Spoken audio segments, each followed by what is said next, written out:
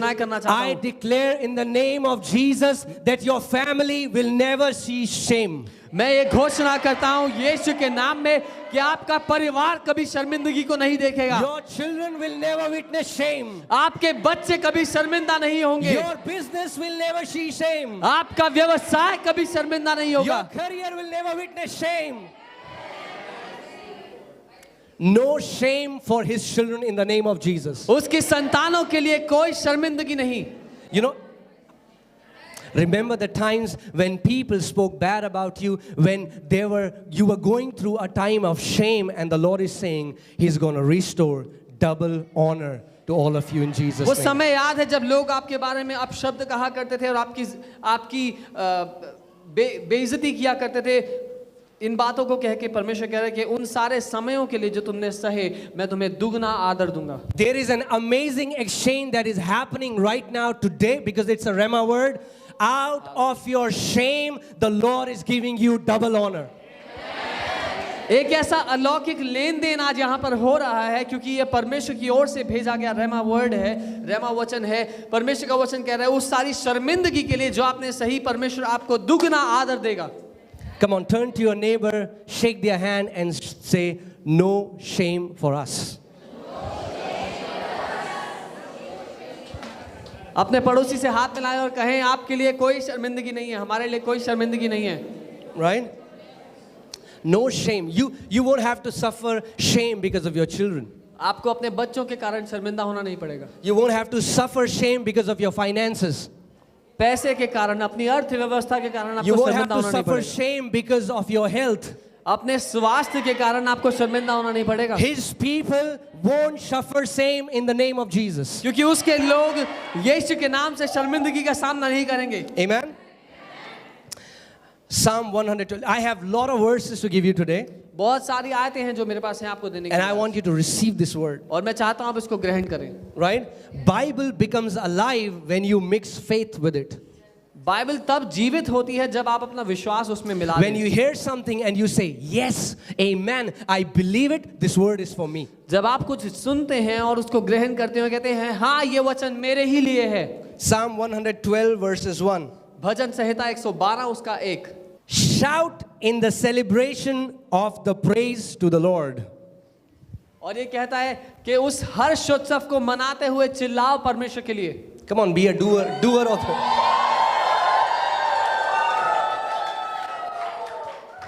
Amen. There are two kind of sounds that can come from a house. दो तरह की आवाजें एक घर से आ सकती हैं। Either a sound where people are fighting and screaming and there are noises. या तो कलह और कलेश की आवाज है जहाँ पे चीखना चिल्लाना है। Either there is some tragedy and there is a loud crying. जिसमें कोई दुख है या फिर रोना है। But the Lord is saying for His children, shout with the celebration. There is a sound, that is the sound of celebration. लेकिन परमेश्वर का वचन ये कह रहा है अपने लोगों से कि मेरे लोगों के घर में आनंद से हर्षोत्सव में चिल्लाना होगा। Amen. And I prophesy that from today, the only sound people will hear from your life will be the sound of celebration in the name of Jesus. और मैं ये भविष्यवाणी करता हूँ कि आज से आपकी जिंदगी से केवल एक ही आवाज लोगों को सुनने के लिए मिलेगी और वो है हर्षोत्सव से, आनंद से चिल्लाने की। The sound of celebration. The sound of celebration. वो हर्षोत्सव में चिल्लाने की। Amen. That's how the world will know that we serve a living God. और इसी से दुनिया को पता लगेगा कि हम एक जीवित परमेश्वर की आराधना करते हैं। You know what happened? Israelites were God's people. Israeli परमेश्वर के लोग थे, right? And the Bible says the angel of death went at the night and struck every firstborn of Egyptians. और बाइबल कहती है मृत्यु का स्वर्गदूत रात को गया और हर एक मिस्री, हर एक इजिप्ट के लोगों के घर पे जाकर उसने पहलौठे जो पहला जन्मा बच्चा था उसको मार दिया। Whether it be animals, whether it be people, kings, beggars, that angel of death struck the firstborn of every person, every cattle, every insect in Egypt. चाहे मनुष्य हो या जानवर हो, चाहे राजा हो, चाहे भिखारी हो, लेकिन हर एक के घर का जो पहला जन्मा था उसको मृत्यु के उस स्वर्गदूत ने घात किया, मार दिया. And there was a big sound of wailing in entire Egypt. और बहुत बड़ी कर्राह पूरे मिस्र में उठी, बहुत रोने की आवाजें आने लगी. But in Egypt, there was a group of people who were God's people. When there was sound of wailing, here it was the sound of celebration. लेकिन उसी मिस्र के बीच में एक झुंड था परमेश्वर के लोगों का, जहां पूरे मिस्र में रोने और कराहने की आवाजें आ रही थी. परमेश्वर के लोगों के इस झुंड में आनंद से चिल्लाने की आवाजें आ रही थी. Are you getting what I'm saying? It's not external that defines our life. It's Christ who lives in us, the kingdom of God that is in us, that defines us. ये बाहर की परिस्थितियां नहीं है जो हमें निर्धारित करती हैं कि हम कौन हैं, लेकिन वो यीशु जो हमारे अंदर रहता है वो हमें निर्धारित करता है कि हम कौन हैं. There can be wailing, there can be crying in the world, but God is saying, my people, shout with the voice of celebration. हो सकता है कि आपके इर्द गिर्द दुनिया में रोना और चिल्लाना हो, लेकिन परमेश्वर का वचन कहता है कि मेरे लोग आनंद से चिल्ला उठेंगे. Who will shout? कौन कौन चिल्ला उठेंगे? Everyone हर कोई who loves the Lord. जो परमेश्वर से प्यार करता है. Everyone हर कोई who loves the Lord. जो परमेश्वर से प्यार God is करता saying, है. shout with a shout of victory. परमेश्वर उनसे कह रहा है कि चिल्लाओ आनंद की हर्षोत्सव से. Everyone who loves the Lord and delights in Him, हर कोई जो परमेश्वर से प्यार करता है और उसमें आनंदित रहता है. He will. You know how will that love be seen? आप जानते हैं वो प्रेम कैसे दिखाई देगा? Bible is saying you are going to cherish His words. Bible कहती है उसके वचनों में आप आनंदित हो जाएंगे. The way you receive the word, when you start cherishing the word of God, because the word of God is God Himself. जिस तरह से आप परमेश्वर के वचन को ग्रहण करते हैं, जब आप वचन के कारण आनंदित हो जाते हैं, क्योंकि वचन ही परमेश्वर है. बाइबल कहती है. You know what is the problem with Christians? आप जानते हैं मसीहियों की समस्या क्या है? They worship the Bible, but they don't read it. वो बाइबल की आराधना तो करते हैं लेकिन उसको पढ़ते नहीं है.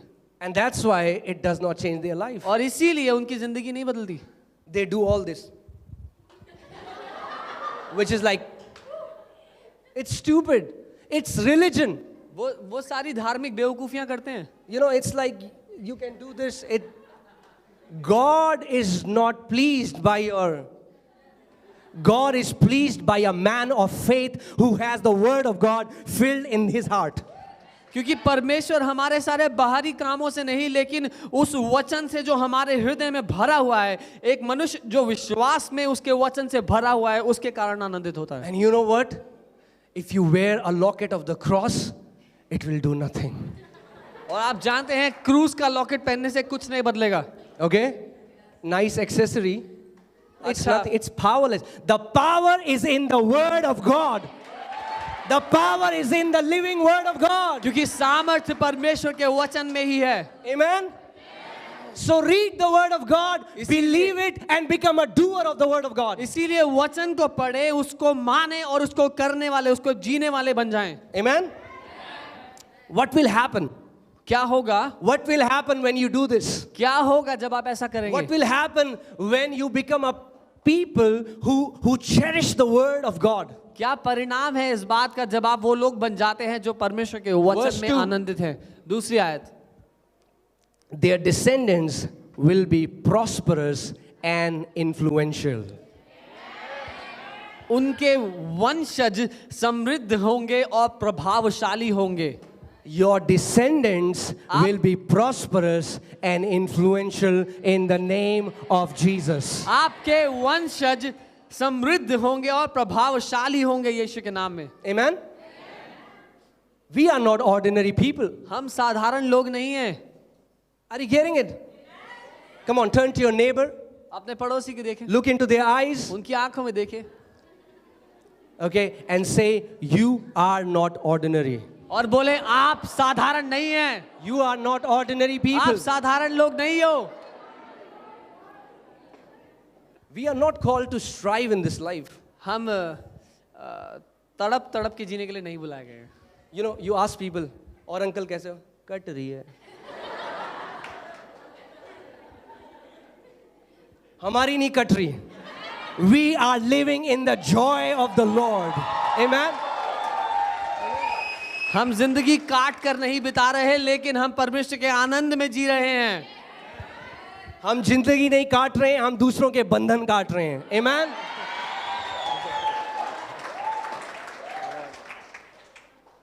Man, I loved what Robert Bear said last Sunday. It's like if we start living right now as if we would have lived in heaven, that is the reality, because that's what Jesus has done for us. और मुझे बहुत अच्छा लगा जब Robert भैया पिछले हफ्ते सिखा रहे थे और कह रहे थे कि अगर हम इस समय वैसे ही जीना शुरू करें जो हमारी वास्तविकता है यीशु के साथ स्वर्ग में बैठे हुए।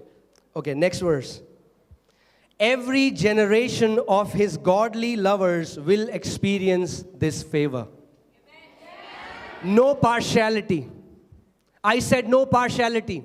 If you love the Lord, if you cherish his word, Bible is saying your generations will be prosperous and influential.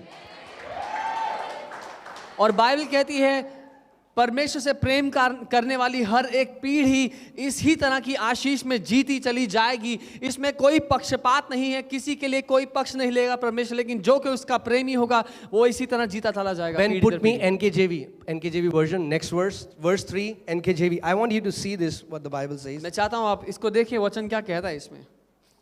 How many people want wealth to be in their house? कितने लोग चाहते हैं उनके घर में धन समृद्धि हो? Lord, all the people who are not raising their hands, let their portion come to me in the name of Jesus. प्रभु जितने लोगों ने हाथ नहीं उठाया उनका हिस्सा मुझे दे दीजिए, Because they don't want it. क्योंकि उनको नहीं चाहिए। Okay, keep your hands down. I have a news for you. मेरे पास आपके लिए एक खबर है। Being poor is not spiritual. गरीब होना आत्मिक होना नहीं है। If you are taking pride in your poverty, you are being stupid.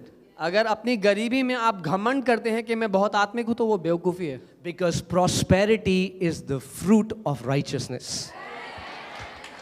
क्योंकि अमीर होना धार्मिकता का फल है।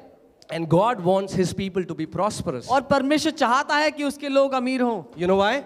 पता है क्यों? So that you can be a blessing to others. ताकि आप दूसरों के लिए आशीष हो पाएं। So that you can be a blessing to others. ताकि आप दूसरों के लिए आशीष का कारण David हो। says, my cup overflows. Dawood कहता है मेरा प्याला तो उमड़ रहा है। You know what happens when you have a cup and it overflows? आप जानते हैं क्या होता है जब आपके पास एक कप हो और वो बह रहा हो बाहर निकल के? What happens? क्या होता For है? example, I have a cup and it's overflowing. मेरे पास एक कप है जो उमड़ रहा है जिसमें Rakesh, come here. And he has a cup and it's empty. I say, oh, I'll pour my overflowing cup into his cup till his cup overflows. And when his cup overflows, he pours into another cup, and then he pours into another cup, and then every cup starts overflowing in the name of Jesus. और जब मेरा प्याला हद से ज्यादा भर चुका है कि उसमें से डुल रहा है, वो बह रहा है, तो मैं दूसरा जिसके पास प्याला है जिसमें खाली है उसमें उंडेलूंगा, और जब उसका उमड़ने लगेगा वो तो अगले में उंडेलेगा और अगले में उंडेलेगा, इस तरह से। Amen? दाऊद कहता है मेरा प्याला उमड़ रहा है, मगर वो दूसरा प्याला है, वो नहीं है जो आप सोच रहे हैं. He's talking about prosperity. वो समृद्धि की बात कर रहा है. Amen? God, you know, and this is another lie that we have heard by religion. God just wants to meet your needs. और ये एक और झूठ है जो हमने धर्म को सिखाते हुए जाना है. वो कहते हैं जी परमेश्वर केवल आपकी जरूरतों को पूरा करेगा. That's not true. ये सच नहीं है. He's your father. वो आपका पिता है. The Bible says God is delighted to fulfill the desires of his children. Bible कहती है परमेश्वर को बहुत मजा आता है अपने बच्चों की चाहतों को पूरा करने में. Amen. That's a topic for some other day. I'm coming back to what I want to preach. Psalm 112 verse 3 in NKJV. Wealth and riches will be in his house. भजन संहिता 112 उसका 3, धन और समृद्धि उसके घर में पाए जाएंगे. Lord, all those people who are not wanting it, Lord, they don't want wealth and riches in their home. Lord, let it come in my house. प्रभु जिसको नहीं चाहिए उसका हिस्सा मेरे घर में भेज दो. I said wealth and riches will be in his house. मैंने कहा धन और समृद्धि उसके घर में होंगे. And his righteousness endures forever. और वो हमेशा धर्मी रहेगा. Amen? And that's what the Lord told me to share today. और यही परमेश्वर ने मुझे कहा कि आज मैं आपको बांटूं, आपके साथ He बांटूं. told me to tell you what are the benefits of righteousness. उसने मुझे कहा कि मैं आपको सिखाऊं धार्मिकता के क्या लाभ हैं. Prosperity will not come to you by toiling all night. समृद्धि रात भर जाग कर पसीना बहाने से नहीं है. That's where many businessmen miss it. यही है जहां बहुत से व्यवसायक चूक जाते हैं. From operating through rest and hearing His voice, they go into strive mode.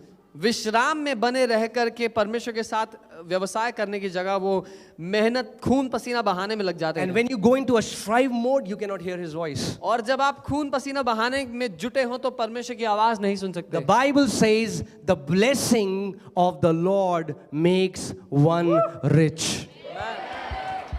Bible कहती है परमेश्वर की आशीष एक इंसान को अमीर बना देती है. And He adds no sorrow to और it. उस अमीरी में परमेश्वर कोई दुख नहीं डालता. You know, because yes, there are people who have worked for like 80 hours a week and they have succeeded, but look at their life afterwards. बहुत- They have lost their family. Their children they don't love them. They don't have a family life. That's not good success. बहुत से लोग हैं जिन्होंने 80-80 घंटे एक हफ्ते में अपने काम पे लगाए ताकि वो कुछ सफल हो पाए, कुछ कर पाए, और वो सफलता हासिल किए वो लोग, लेकिन उसका परिणाम ये था कि उनके परिवार के लोग उनको जानते नहीं थे, उनका पारिवारिक जीवन नहीं था, और ये अच्छी समृद्धि, अच्छी सफलता नहीं है. I want to teach you today the benefits of righteousness. मैं आपको धार्मिकता के फायदे आज सिखाना चाहता हूँ. And if you will learn it, you will be so amazed. Every area of your life will be oppression free. और अगर आपने आज ये सीख लिया तो आपके जीवन का हर एक क्षेत्र तनाव रहित हो जाएगा. Do you want your life to be depression free, to be oppression free? क्या आप चाहते हैं आपकी जिंदगी दबाव से, तनाव से आजाद हो? Amen. See, that is why Jesus is different than any other faith. इसीलिए यीशु किसी भी विश्वास करने के तरीके से अलग है. Because I used to get up 4 in the morning, chant mantras, go to gurus. Every other religion talks about your own righteousness that you have to grow into. क्योंकि मैं सुबह 4 बजे उठ करके मंत्र उच्चारण किया करता था, गुरुओं के पास जाकर के शिक्षा लिया करता था, क्योंकि हर एक विश्वास में यही सिखाया जाता है कि आपके अच्छे कामों से आपको अपनी धार्मिकता परमेश्वर के सामने कुछ बनानी पड़ेगी. People work in their righteousness. लोग अपनी उस धार्मिकता को कमाने में मेहनत करते हैं. And no matter how much you work in your righteousness, it's still incomplete righteousness. और चाहे आप कितना भी खून पसीना बहाएं उस धार्मिकता को कमाने में, वो फिर भी परमेश्वर के सामने अधूरी है. But there is a righteousness that comes as a gift. लेकिन एक धार्मिकता है जो तोहफे के रूप में आती है. I've preached this before. I'm just giving a small introduction and then we'll go to the word. मैंने पहले ये सिखाया है, लेकिन मैं संक्षिप्त में इसके बारे में बताऊंगा, फिर वचन में जाऊंगा. Amen, church. Are you with me? Yes. Any person who believes in Jesus कोई भी इंसान जो यीशु पर विश्वास करता है, gives his life, commits his life to Jesus. अपनी जिंदगी यीशु को देता है. The Bible says he is given a gift. Bible कहती है परमेश्वर उसको एक तोहफा देता है बदले And में. that gift is the gift of righteousness. और वो तोहफा है धार्मिकता का तोहफा. And whose righteousness it is? और वो किसकी धार्मिकता है? Jesus gives him his own righteousness. यीशु उस व्यक्ति को तोहफे में अपनी धार्मिकता देता है. I know many people don't believe it, but I want to tell you the truth. If you believe in Jesus, God makes you as righteous as He is. मैं जानता हूँ बहुत से लोग राजी नहीं होंगे इस बात को सीखने में, लेकिन बाइबल जो कह रही है मैं वो बता रहा हूँ. जब आप यीशु को ग्रहण करते हैं तो परमेश्वर आपको यीशु की धार्मिकता दे करके उसके ही जितना धर्मी ठहरा देता है. Amen? You become as righteous as Jesus. आप उतने ही धर्मी हैं परमेश्वर की दृष्टि में जितना यीशु. Romans 5:17. रोमी 5 उसका 17. Romans 5:17. If you're there, say amen. For if by the one man's offense death reigned through the one, much more those who receive abundance of grace and the gift of righteousness will reign in life through the one, Jesus Christ. क्योंकि जब एक मनुष्य के अपराध के कारण मृत्यु ने उस एक ही के द्वारा राज्य किया, तो जो लोग अनुग्रह और धार्मिकता रूपी वरदान बहुतायत से पाते हैं, वे एक मनुष्य अर्थात यीशु मसीह के द्वारा अवश्य ही इस जीवन में राज्य करेंगे. Okay. Yeah, that's wrong in Hindi Bible. It's talking about reigning here on earth. वो यहाँ इस जीवन में राज्य करने की बात कर रहा है. What Bible is saying is, as many as received, not as many as were given. Bible कह रही है जितनों ने ग्रहण किया। Please hear carefully, church. ध्यान से सुनिए। Maybe I come with a gift.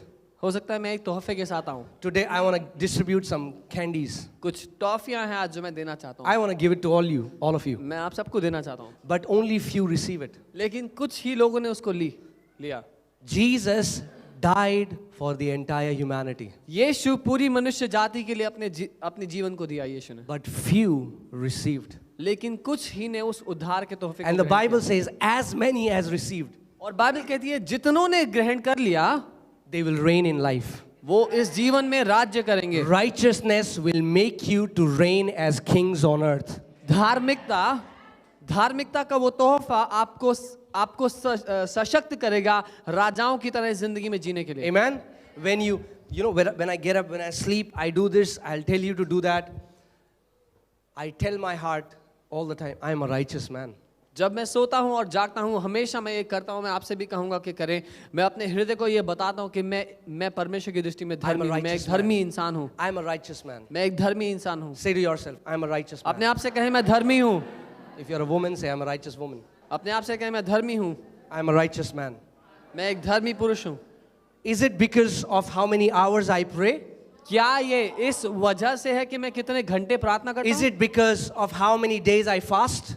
या इस वजह से कि कितने घंटे या कितने दिन मैं उपवास करता हूँ? No, I am righteous because I received the gift of righteousness. मैं इसीलिए धर्मी हूँ क्योंकि मैंने उस तोहफे को ग्रहण कर लिया जो परमेश्वर ने मुझे धार्मिकता का तोहफा दिया। And when God calls you righteous, और जब परमेश्वर आपको धर्मी कहता है, there is no power on earth that can say you are not righteous. तो पृथ्वी पर कोई भी नहीं जो आपको अधर्मी कह सके। Amen. This righteousness was not given to us because of our works. This righteousness comes into our life because of faith. ये धार्मिकता हमें हमारे कामों के कारण, हमारे अच्छे कामों के कारण नहीं, लेकिन विश्वास करने के ही कारण दी जाती है। Isaiah 54:17. यशायाह 54 उसका 17।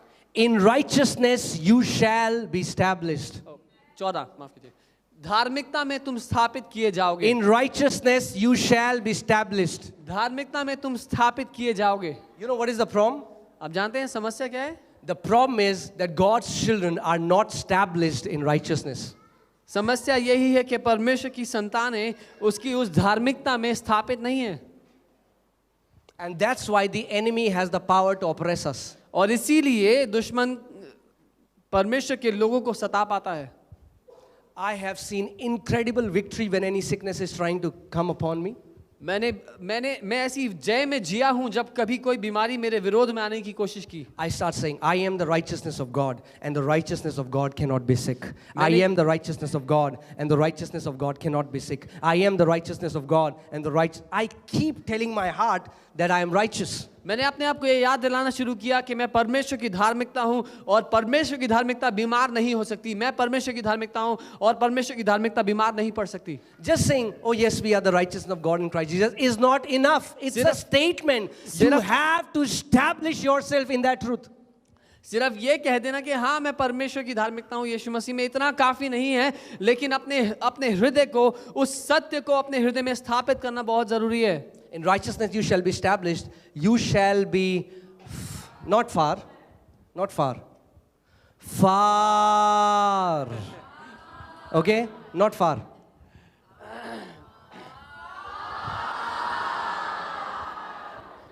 Yes.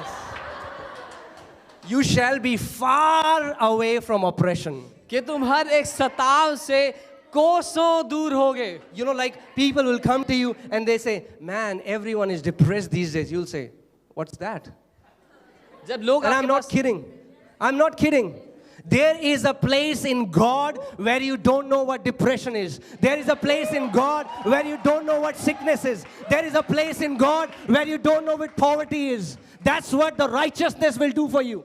जब लोग आपके पास आएंगे और बोलेंगे आजकल बहुत लोग तनाव में हैं, आप बोलेंगे तनाव वो क्या होता है? क्योंकि एक स्थान है परमेश्वर में जो तनाव रहित है, एक स्थान परमेश्वर में आपके लिए है जो बीमारी रहित है, जो कंगाली रहित है। Amen? Because the Bible says you shall be far. How far? I mean, like Sam can be here, I can be here, and I don't come in the camera. Vartul can say you were far. Right? You were far from Sam Bhaiya. That's why I wasn't able to take your frame. सो कितना दूर होना काफी है? हो सकता है कि भैया वहां खड़े और मैं यहाँ और कैमरा में एक ही आ रहा हूं हम में से, क्या इतना दूर होना? You know what is the definition of far? आप जानते हैं दूर होने की परिभाषा क्या Because the है? Bible also says that because of the blood of Jesus, God has removed our sins. You know how far? As far as east is from the west. That's how far the oppression will be from your life. क्योंकि Bible ही दूर किए जाने की परिभाषा हमें देती है और कहती है कि परमेश्वर ने हमारे पापों को हमसे उतना दूर कर दिया जितना उत्तर से Himanshu, दक्षिण Rakesh, है. can you come? Come. So Himanshu, you stand here. Rakesh, you stand there. So for example, उदाहरण के लिए just for example, he is east, उदाहरण के लिए वो पूरब है, नहीं उत्तर है, he is west. और वो दक्षिण है. Can east and west ever meet? क्या उत्तर और दक्षिण कभी मिल सकते हैं? If I'll go to him and I say, hey, do you know about west? He's like, what's that? और मैं उसके पास जाके बोलूं तुम पश्चिम को जानते हो, बोलेगा वो कौन है? If I go to him, I अगर say, उसके hey, do pass you know east? क्या तुम उत्तर को जानते हो? He's like, what's that? बोलेगा वो क्या होता है? That's what the God has done for us. यही है जो परमेश्वर ने हमारे Bible लिए किया says है. he has removed our sins as far as east is from the west. उसने हमारे पापों को हमसे इतना दूर कर दिया जितना उत्तर से दक्षिण दूर है. That's why believing in Jesus is different, guys. It's not that he's one among the options, so I chose Jesus. No. इसीलिए यीशु पे विश्वास करना अलग है किसी भी प्रकार के विश्वास किए जाने से. ये नहीं कि हाँ मुझे कुछ चुनाव दिए गए थे तो उनमें से मैंने यीशु को चुन लिया, ऐसा नहीं है. Okay, east, west, you can sit down. You shall be far. Even if you get up 4 in the morning, and for next 365 days you keep saying far, it's more far than that. अगर आप सुबह उठ के अगले 365 दिन तक फार बोलते रहे, वो उससे भी दूर है जो परमेश्वर ने किया है आपके साथ. You'll be far from oppression. आप सताव से, आप तनाव से कोसों दूर होंगे. You know what the Bible says in Psalm 112? The Bible says the righteous will not be afraid of bad news. भजन संहिता 112 में परमेश्वर का वचन कहता है धर्मी जन बुरी खबर के लिए घबराएंगे नहीं. बुरी खबर I have a news for you. मेरे पास आपके लिए खबर है. I said I have a news for you. मैंने कहा मेरे पास आपके लिए खबर है. The news is that there is no bad news for you. कि आपके लिए कोई बुरी खबर नहीं है. No bad news for the people of God. No bad news for His children. परमेश्वर के लोगों के लिए कोई बुरी खबर नहीं है, उसकी संतानों के लिए कोई बुरी खबर नहीं है. We have to renew our mind for good news. हमें अपने हृदय को नया करना है ताकि हम उसकी अच्छी खबरों पर मन लगा सकें. Someone calls you in the middle of night. What do you think? रात को बीच में आपको कोई कॉल आए तो आप क्या सोचते हो? Oh man, some bad news. अरे कुछ खराब हो गया वो. But now we have to renew our mind. When a phone comes, you're like, some good news is coming. अपने Good news. अपने मन को नया कर लीजिए कि रात को कॉल आए तो आप बोले कौन है जो रुक नहीं सकता अच्छी खबर देने के लिए. We are people of good news. क्योंकि हम अच्छी खबरों में जीने वाले लोग हैं. We are people of good news. हम अच्छी खबरों में जीने वाले लोग हैं. I started getting calls in the middle of night, like 2:30. मुझे रात को 2:30 बजे कॉल आया. Hello? हेलो भैया मेरी गर्लफ्रेंड मुझे छोड़ के चली गई. So you know what I did? आप जानते हैं मैंने क्या किया? I changed my number. Hallelujah! मैंने अपना नंबर बदल दिया. Actually, this scripture, God was fulfilling this scripture because the Bible says, you shall be far from oppression. परमेश्वर साथ को मेरी जिंदगी में पूरी कर रहा था जब मैंने नंबर बदला. Can you believe that there is such a life in Christ? क्या आप ये जानते हैं कैसी जिंदगी है यीशु में जो हमारे लिए परमेश्वर ने रखी है? I mean, like, our life is not like a roller coaster. Hallelujah, बहुत अच्छा चल रहा है. In the Father's house, the Bible says, there is music, there is celebration, there is joyful sound. Amen? Bible कहती है पिता के घर में संगीत है, नाचना गाना और हर्ष उत्सव है. I want to declare that this coming year 2019 you will not hear any bad news in the name of Jesus. Good news, good news, good news, good news upon good news in the name of Jesus. मैं ये घोषणा करता हूं कि आने वाले साल 2019 में आप किसी भी बुरी खबर का सामना नहीं करेंगे, लेकिन अच्छी खबर पर अच्छी खबर पर अच्छी खबर आपके घर में आती चली Amen. जाएगी. We are the people of good news. This verse doesn't end there. It gets better. ये आयत यहाँ रुकती नहीं, इससे अच्छा हो जाता है, आगे जाते हैं. So there would be no oppression. So कोई तनाव नहीं होगा आपके Do you आसपास. know that every sickness is an oppression? क्या आप जानते हैं हर एक बीमारी एक तनाव है? एक Acts 10:38 says how God anointed Jesus of Nazareth with Holy Ghost and with power. He went about doing good and healing all those who were oppressed by the devil. So sickness is an oppression of devil. प्रेरितों के काम 10 उसका 38 वचन कहता है कि कैसे परमेश्वर ने यीशु नासरी को अभिषेक किया कि वो जो बीमारों को चंगा करता गया और जो शैतान के सताए हुए थे उनको आजाद करता. और बीमारी एक सताव है शैतान की ओर से. Do you know it's possible to live a sickness free life? क्या आप जानते हैं बीमारी रहित जिंदगी संभव है यीशु में? Say no sickness for me and my family. बोलिए मेरे परिवार के लिए कोई बीमारी नहीं In the है. name of Jesus. यीशु के नाम में No sickness for me and my family. मेरे और मेरे परिवार में No कोई बीमारी sickness नहीं for me आएगी. and my family. मेरे और मेरे परिवार में कोई बीमारी नहीं आएगी. Amen. The enemy is stealing your money that God gave you so that you can buy gifts for your family, for your children. You can take them to vacation. It goes into doctor's pocket. क्योंकि If there is any doctor here, I'm sorry. please दुश्मन आपके उस पैसे को चुराता आया जो आप अपने बच्चों के लिए तोहफे ला सकते थे, उनको घुमाने ले जा सकते थे अपने परिवार को, वो पैसा वो अस्पतालों के बिल में खर्चवाता आया. But there is a condition for this. लेकिन इस बात के पूरा होने में एक शर्त See, the लाजमी problem है. with Christianity is because we don't read the word, we expect that magic would happen in our life. मसीहत की समस्या यही है क्योंकि हम वचन नहीं पढ़ते तो हमें लगता है कि जादू से कुछ हो जाएगा. Come on, turn to your neighbor and say, there is no magic in Christianity. अपने पड़ोसी को बताइए मसीहत में कोई जादू काम नहीं करता. No magic in Christianity. मसीहत में कोई जादू नहीं है. There are principles. सिद्धांत हैं. There are principles. सिद्धांत हैं. When you fulfill the principles, you get the outcome. जब आप सिद्धांत को पूरा करेंगे तो उसका परिणाम स्वरूप आपको फल मिलेगा. Bible is saying when you will be established in righteousness, you will be far from oppression. Bible कहती है जब आप धार्मिकता में स्थापित हो जाएंगे आप सताव से कोसों दूर होंगे. And you can never be established in your own righteousness. और अपने खुद की कमाई हुई अच्छे कामों से कमाई हुई धार्मिकता में कोई स्थापित नहीं हो सकता. Because when you are fasting, when you are praying, when you are reading the word, you are like, बताओ कौन दुष्ट आत्मा है, मैं निकालूंगा. क्योंकि जब आप उपवास करते हैं प्रार्थना करते हैं बोलते हैं बताओ भाई कहाँ पे दुष्ट आत्मा. And then when you are not able to fellowship with the Lord, लेकिन जब प्रभु के साथ समय नहीं बिता पाते and someone says, come, we'll cast out that और कोई demon. बोलता है चलो वहां दुष्ट आत्मा निकाल के आएंगे, Suddenly you think, I need to fast and pray first before I अचानक come. आप सोचते हैं पहले उपवास प्रार्थना करें. Is that true or not?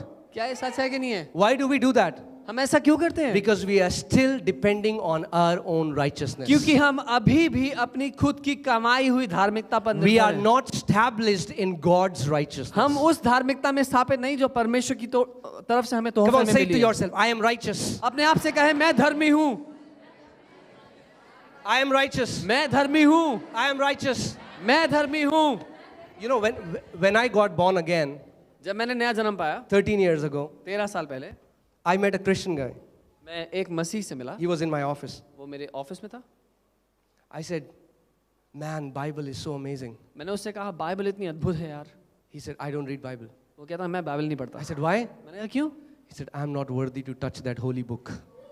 कहता मैं इस लायक नहीं कि उस पवित्र किताब को हाथ भी लगा सकूं. That's the problem.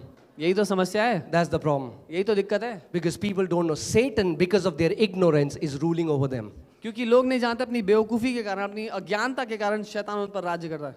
Amen? Lord, let all people who are spending money in hospital bills, let you may go into nice vacations in the name of Jesus. Amen? प्रभु वो लोग जो बीमारी के खर्चे पर इलाज के खर्चे पर पैसा बर्बाद करता है प्रभु वो अच्छी जगह घूमने जा सके उसी पैसे पे. The Bible says, you know, one of the name of Jesus is Jehovah Rapha. You know what that means? My God, my physician. I Yes. have a family doctor. His name is Jesus. यीशु के कुछ नामों में से उसका एक नाम है यहोवा Rafa, यानी कि मेरा परमेश्वर जो मेरा इलाज करता है। मेरे परिवार में एक डॉक्टर है जो मेरा इलाज करता है, उसका नाम यीशु है। You want to live a sickness-free life? आप बीमारी रहित जिंदगी जीना चाहते हैं? Then Bible says, be established in His righteousness. तो वचन कहता है उसकी धार्मिकता में स्थापित हो जाओ। His righteousness. उसकी धार्मिकता में। Just receiving it is not enough. केवल उसको ग्रहण करना ही काफी नहीं। For example, okay, you two are my target today. For example, I gift a washing machine to Rakesh. उदाहरण के लिए मैंने राकेश को एक वॉशिंग मशीन तोहफे में दी, And one to Chawla ji. और एक मैंने चावला जी को दी। Right? Now I meet them after a year. I said, man, have you used that washing machine? और मैं एक साल के बाद दोनों से मिला, मैंने कहा इस्तेमाल किया उसको? Rakesh says, I didn't know how to. और राकेश कहता है कि मुझे तो पता ही नहीं था कैसे करनी He है got the washing gift, machine। उसको तोहफा तो मिला, but he's not aware how to use that लेकिन washing उस machine. तोहफे को काम में कैसे लाते हैं वो नहीं उसको पता। So what happens is people start saying, I am the righteousness of God in Christ Jesus. I'm the righteousness of God. That is not enough. तो लोग कहते हैं कि मैं यीशु में परमेश्वर की धार्मिकता हूँ, लेकिन इतना कहना काफी नहीं है। You have to be established in righteousness. धार्मिकता में आप बन जाएं, आप स्थापित हो जाएं, ये जरूरी है। You know what is the meaning of established? आप जानते हैं स्थापित होने का क्या मतलब है? That means you become unshakable. इसका मतलब आप हिलाए ना जा सके इस बात से। No matter what people say, no matter what devil says in your ear, you will say, devil, get lost, because I know that I am the righteousness of God in Christ Jesus. फर्क नहीं पड़ता लोग क्या कहते हैं, फर्क नहीं पड़ता शैतान क्या कहता है, लेकिन आप जानते हैं कि मैं परमेश्वर की धार्मिकता हूं। Because no one of us is living a perfect life. क्योंकि हम में से कोई भी नहीं जो सिद्ध जिंदगी जी रहा हो। Right? You know, for example, me and Monu, and maybe, we have an argument. उदाहरण के लिए मेरा मेरी पत्नी के बीच में एक बहस हो जाए किसी बात को लेकर के। Not a big argument, a small in which we disagree. कोई बड़ा झगड़ा नहीं, लेकिन सामान्य सा। And you know which day it was? आप जानते हैं क्या दिन When था? I had to go and preach in a marriage. और वो दिन था जब मुझे एक शादी में जाकर के प्रचार करना था। And then Satan says, you're not worthy to preach in a marriage. और फिर शैतान कहता है तू इस लायक नहीं कि तू जाके शादी के बारे में सिखाए। And I say, Satan, get lost, because I am not standing on my own righteousness. I'm standing in the righteousness that comes from Jesus. तो मेरा जवाब यही था, शैतान भाग जा यहाँ से, क्योंकि मैं अपनी धार्मिकता के भरोसे नहीं, उस धार्मिकता के जो परमेश्वर ने मुझे दी है उसके भरोसे यहाँ आया हूँ। Come on, turn to your neighbor and say, you are righteous. अपने पड़ोसी को कहे आप धर्मी हैं।